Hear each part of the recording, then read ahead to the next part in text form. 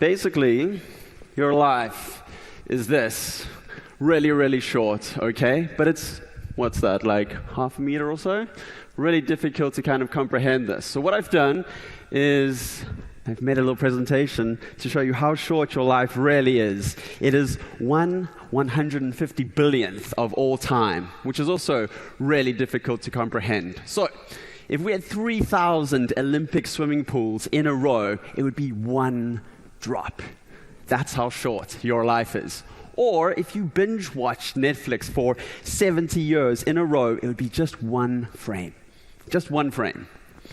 Or one star in 150 Milky Ways. Or if you were Carl Sagan or Sagan, you would have created a thing called the cosmic calendar, which places all of time in a calendar that we can understand.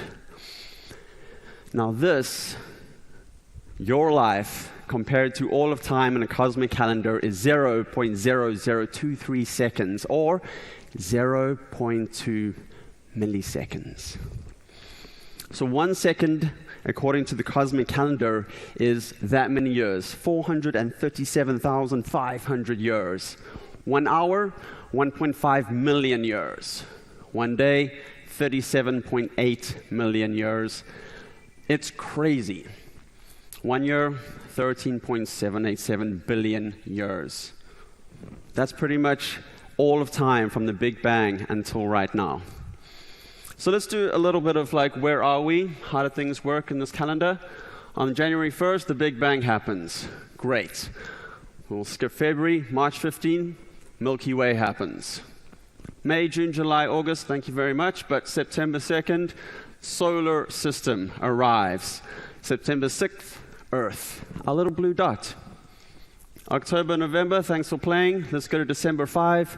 The first animals, little squiggly things like jellyfish, start to appear. But a lot of stuff happens in December, so we're going to zoom in here. This is the cosmic calendar in December. On the 5th of December, the first animals appear. We've just covered that. Then, skip a whole bunch of days, we go for land plants on the 17th. Land plants, guys. Then, 20th, insects and amphibians arrive. And then on the 25th of December, dinosaurs. It also happens to be Christmas Day in the cosmic calendar. So Merry Christmas, dinosaurs. These guys stick around for 5 whole cosmic days. Boom, until an asteroid hits. And then they disappear. Also, mammals don't disappear, and eventually they get to us. But now, on the 31st, you're like, hold on, like, where are humans? We happen on the 31st, so let's zoom in there a little bit. And it's, it's New Year's Day, or, Old Year's Eve, so we're not going to do anything until 10:30. The first hominids arrive. Then, with 8 minutes left until midnight, Homo sapiens arrive. 8 minutes. So yeah, dinosaurs were around for 5 whole years. We've been around for 8 minutes. Like, that's pretty crazy, right? Then, with 27 seconds left, civilization begins. The civilization that we know. All right? So, think about this. Sumerians, Egyptians, Greeks, agriculture, writing, recorded history begins. Domestication of wheat and barley and goats and sheep. Permanent settlements, writing is invented. Legal codes, accounting, literature, and the first large-scale civilization. And then, in the last 10 seconds before midnight, things happen. Can I ask everybody to stand on your feet? We're going to do a quick 10-second to midnight countdown. Please shout it out, because this is going to be fun. 10, pyramids. 9, we have tools, swords. 8, philosophy, religion, Confucius, Buddha, Hebrew prophets. 7, we have the Olympic Games, and Greek city-states arrive, early democracy. 6, the Roman Empire, the Han Dynasty, the Persian Empire. 5, democracy, roads, aqueducts, and mathematics and astronomy. 4, Christianity begins, and they spread across the Roman Empire. 3 is the Islamic Golden Age, algebra, is invented, medicine, libraries, European feudalism, castles, cathedrals, crusades, lots of stuff happening there. 2, the Mongol Empire goes from east to west and connects the whole continent. 1, this is quite a long one, all right, where there's 3 screens. So basically, the Gutenberg printing press, Columbus discovers the Americas, there's Galileo, Copernicus, Newton. All of a sudden, we're like, oh, we actually revolve around the sun, a heliocentric worldview. We discover gravity. 1 continued, the scientific revolution begins, steam engines, factories, trains, electricity, telegraphs. And because of all of this, population explodes. 1 continued again. We have radio, we have TV, cars, planes, antibiotics, relativity, quantum physics, space travel, computers. 1 continued again. The internet, smartphones, AI, TikTok, and most importantly, we get cat videos. And all of that in the last fraction of a cosmic second. Shall we say it? Happy New Year! It's midnight. You guys can take a seat. That was a lot quicker than 10 seconds. Oh, it was a lot slower than 10 seconds. But still, that was 10 cosmic seconds. Now, let's go back to your life. 0.2 seconds. It's exciting because for the first time ever, you get to choose what you do with your 0.2 seconds, which is just a whisper, a wink, a blink. For the first time in history, anyway, now in history, we're at the top of the food chain. We're not like running away from dinosaurs. We're not little floaty things in the ocean. We're at the top of the food chain. We have evolved. We have survived. We've made choices as a species to be at the top. It's an incredible privilege to be at the top. A lot of animals aren't at the top. And for the first time, you can reimagine and reinvent yourself. And not just once, not twice, but constantly. You get to have a continual New Year's resolution. Anytime you can say, hey, I want to change. I want to change my career, change my clothes, change my cars. I want to go live in a new country, learn a new language. And it's not just something that we get to do, it's a necessity. Because, I don't know if you've noticed, these gradual waves of change that used to like sweep across the human race or humanity, society, have gone from gentle to these huge waves. They kind of just like blast over. They're like tsunamis. Like think about this. Like if you traveled back 100 years from today, you'd be like, whoa. This is so different. Imagine somebody 100 years ago coming to today, seeing screens, AI, people typing in their computer or their smartphones and having cans of Coca-Cola on their screen. Like, what is that? But if you were back 1,000 years ago and you had to time travel 100 years into the future, nothing would have been, different. Life is as usual. So maybe in 100 years' time, things are going to be crazy different. So this guy's Jon Snow. He doesn't actually say this, but I can imagine him saying this, saying, change is coming. If you have kids, you know this guy. They sing, be prepared. But these guys are all a little bit too late. Right now, change is upon us. And not just like, hey, a little bit of change. There are these massive waves of change coming. Like, it's crazy. And so I think you have 3 options. First option is to be like, don't believe it's happening. I'm just going to stick my head in this hole. But, I think if you do that, if you ignore it, if you try to survive it, you're going to die. You're going to be obsolete. Option 2, you can learn a little bit how to swim, how to hold your breath, maybe grab a plank, something like that. Could work out for you, but I still don't think you're really doing much. You're just surviving. Option 3 is you learn how to surf. You actually have fun. You get to respond to these waves of change. You get to influence it. You get to, have some kind of stoke in life. Shout woohoo every now and then at least. And so if you want to be this guy or this girl, you need a surfboard to be a surfer.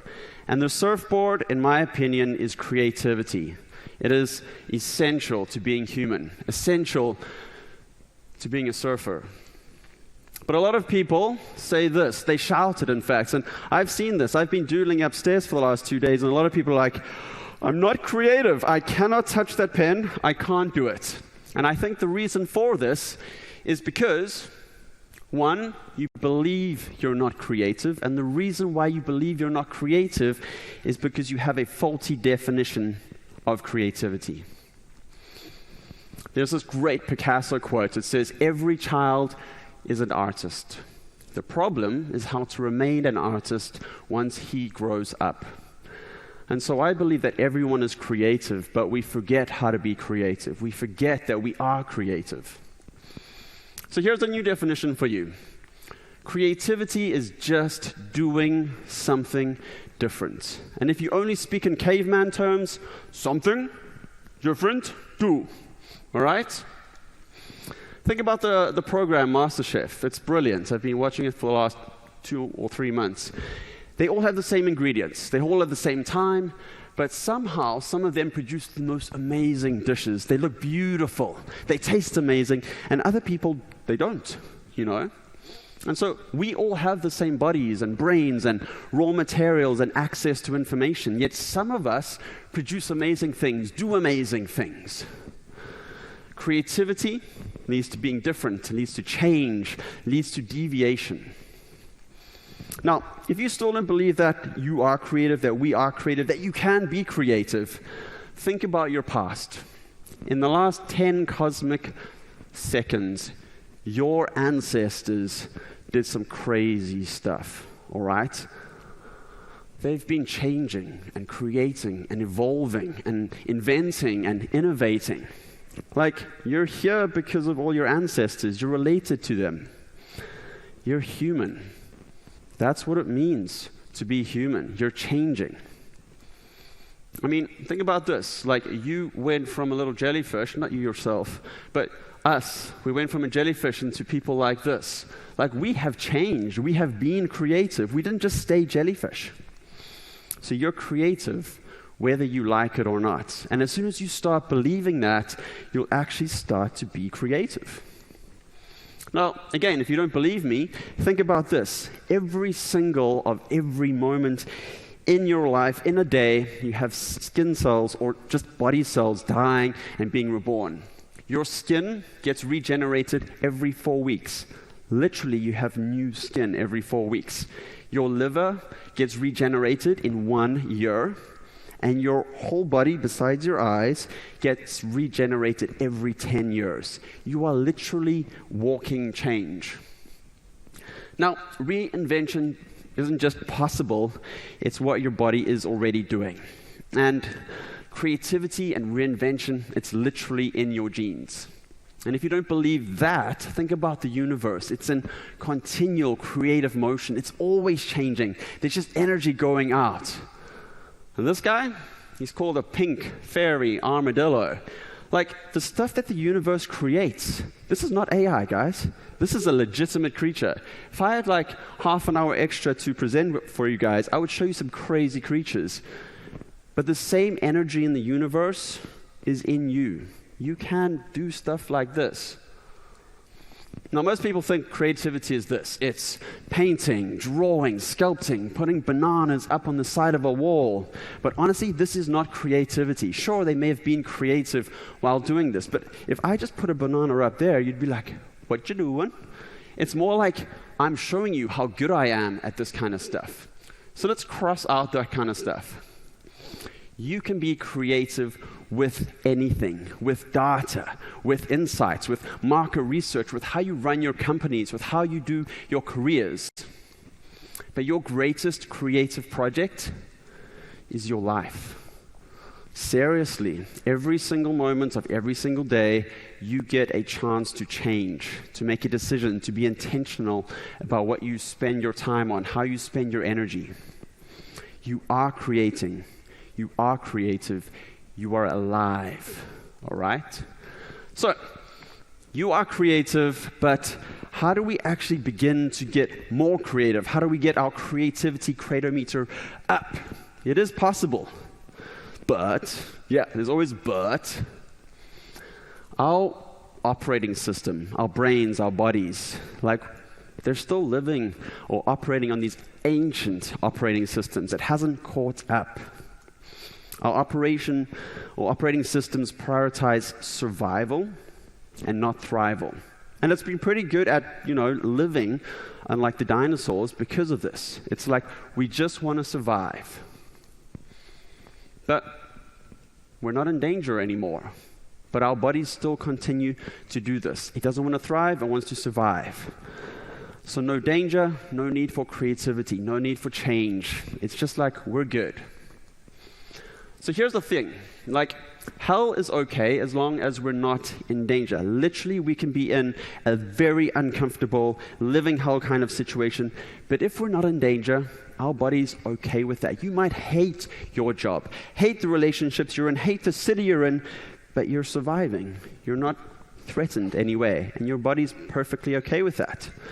But if there was a tiger or a lion or a cliff coming to get you, like this guy, your bodies would be very creative in that moment. They'd be like, how do we get out of this situation? But right now, our brains are lazy, very lazy. So these are two options that your brain often has. This is a very smooth kind of option. This is a very rocky kind of option. Your brain always chooses the fastest, the smoothest, the slipperiest option, all right? Basically, this is what different looks like to your brain. There are hairpin bends, corners, potholes, and cows crossing the road. It doesn't want to take that. It wants to take the most efficient, effective route, even if it's a living hell. Then we have our egos who always just want to fit in, and it has a very good reason for that. It doesn't want to be a loser, it doesn't want to be wrong, or a fool, or embarrassed, or excommunicated because of this guy. If you were any of those things, and you got kicked out your tribe or your cave, you would have to face this guy alone. Probably be eaten. So, creativity is possible, change is possible. There's proof. There are people doing crazy cool stuff. There's 10 cosmic seconds worth of proof that we're amazing at being creative. And here's how. You got to train your brains to be creative. You got to take your brains to the gym, the creative gym. And how we do this is by practicing doing something different as often as we can. This little spider represents exposure therapy. If you're scared of spiders, you can become accustomed to them by just spending time with them. Same with creativity, except we need to do it without alerting the energy-sensitive brain and group-thinking egos. We need to do it in a low-stakes and low-risk manner. We need to rewire our brains gently. So if anybody's ever done a marathon, you didn't do it in one day. You slowly built up to it. The same with creativity. You need to take it easy. Make it more normal. And what we repeatedly do, we are. So if you are creative, if you practice being creative, you will become more creative. The way to do this, the best way is to just make it fun. Now, there's this family called the Polgars, and what this guy wanted to prove to the world is that you are not born whatever. In this case, you're not born a genius. You can create a genius. And so each of his daughters, he had 3, he taught them how to play chess. And they kept on becoming chess masters or grandmasters at an earlier age. And so the environment allowed people, or in this case his daughters, to become really, really intelligent. Same with creativity. Now, the reason you're not creative is because you're not creative. So the more that you are creative, the more creative you're going to be. So how are we going to get from small level creativity to big level creativity? Well, imagine in your brain there's all these different points. What you want to do is create as many points as possible. Because if there's a break, if something doesn't work anymore, if the industry shifts and your brain's like, but there's only one way to do it, and now I can't do that anymore, you need to start thinking on your feet, which may take some time. The alternative is to create as many of these points in your brain, these like neural pathways as possible. So if one of them doesn't work, you can still find a new way to do it. There's always going to be a new or different way. So how can you practice being creative or your creativity? By doing as many different things as you can. Try put as much difference in your life. And if you can't handle it, just dial it back a little bit until you can. A little bit is better than nothing. Seriously, some people over the last 2 days, just touching a marker was like the first step in being creative. And that's cool. Other people doodled with me for an hour. It was great. Remember the spider? It's exposure therapy. You just got to do a little bit. So here's a couple of ideas of how to do things differently, of how to practice your creativity. On the way to work, take a different route, whether that's cycling, walking, or driving a car. You can wear different clothes. Like last night, I saw a gentleman in golden dress with a wig. It's a great idea of how to be more creative. Wear different socks, different shoes. You can also meet different people. Conference is a great place for that. Go to different places. Use different products. If you're an Apple user, try using Android. I know you're like, bleh, but seriously, try it. It's going to help your creativity. You could learn new skills, like how to play a musical instrument. You could learn new languages. Great for your creativity. You could travel to new places, whether it's a holiday or new city, new country.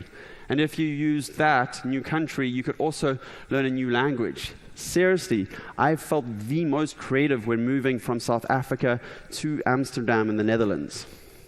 You can also try new experiences. If you're in a team setting or a brainstorm kind of setting, ask these questions. What if? Fill in the blank. Suppose that. And seriously, just fill in the blank. Go with as many options as you can. Once you have some of those options, then you say, how might I do one of those options? You come up with more options. You don't have to do any of them. You just start thinking this way. You could be like Alice in Wonderland, who thinks of 6 impossible things before breakfast. Again, just while having breakfast or before your breakfast, just try think of impossible things. Add those little neural pathways into your brain. I like doing this one. It's called an 11 ideas exercise. So what you do is you think of as many ideas as you can, or that you would be comfortable with, plus 1. So most people like 10 ideas, but let's do 11. This is a great exercise. You just doodle random words. And why this works is because you actually take action on what you're doing. You're thinking of something different, and then you're doodling it like that. You're actually doing something. Or you can do a 365-day project, a 100-day project, or a 30-day project where you take a creative action every single day for 100 days. You don't have to draw. You could do yoga. You could try something different, like not drinking alcohol, or by walking, or by just saying hello to people on the bus or on the train. Or you have a hobby. You can play, experiment. You could explore. You could do something pointless, useless, worthless. And it just adds these neural pathways, these connection points. Do stuff you're bad at. Or, like Jim Carrey, you just say yes to stuff. Do you want to come to a jazz concert? Yes. Do you want to come to a yoga practice? Yes. Do you want to come learn how to play the guitar? Yes. Great for your creativity. Or you can do stuff that's uncomfortable or scary. These are a couple of my favorites.